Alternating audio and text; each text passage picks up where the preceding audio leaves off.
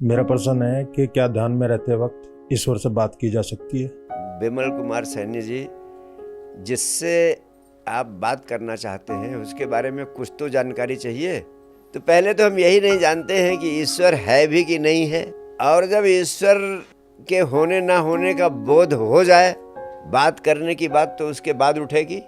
तो विमल सैनी जी, सबसे पहले ये जान लेना जरूरी है कि ईश्वर है या नहीं है, और अगर है तो किस रूप में है।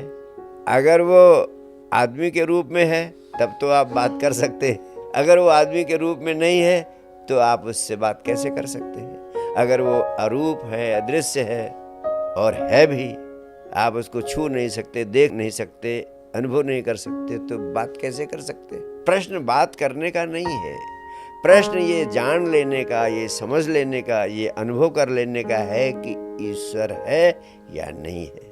मेरा सिर्फ इतना कहना है कि जब आप ध्यान का अभ्यास करते हैं तो ध्यान का अभ्यास करते करते आप अपने शरीर की, विचारों की, भावनाओं की सीमा से बाहर खड़े हो जाते हैं और अपने आत्मा में प्रतिष्ठित हो जाते हैं। जब आत्मा में प्रतिष्ठित हो जाते हैं तो आत्मा का अनुभव होता है, और आत्मा का अनुभव जिस रूप में होता है उसे आत्मा का अनुभव करने वालों ने कहा वो परम शांति का अनुभव है, परम आनंद का अनुभव है। और उस अवस्था में जो उपलब्ध हो जाता है, परम शांति के अनुभव को, परम आनंद के अनुभव को, उस अनुभव को ही लोगों ने कहा है परमात्मा का अनुभव। जिसने स्वयं को जान लिया, समझ लेना उसने परमात्मा को जान लिया।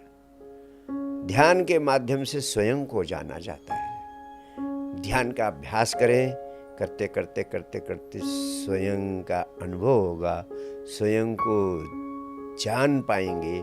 और जब आप स्वयं को जान लेंगे तो जान लेना, स्वयं को जान लेना ही परमात्मा को जान लेना है, और परमात्मा को जान लेना ही परमात्मा को पा लेना है।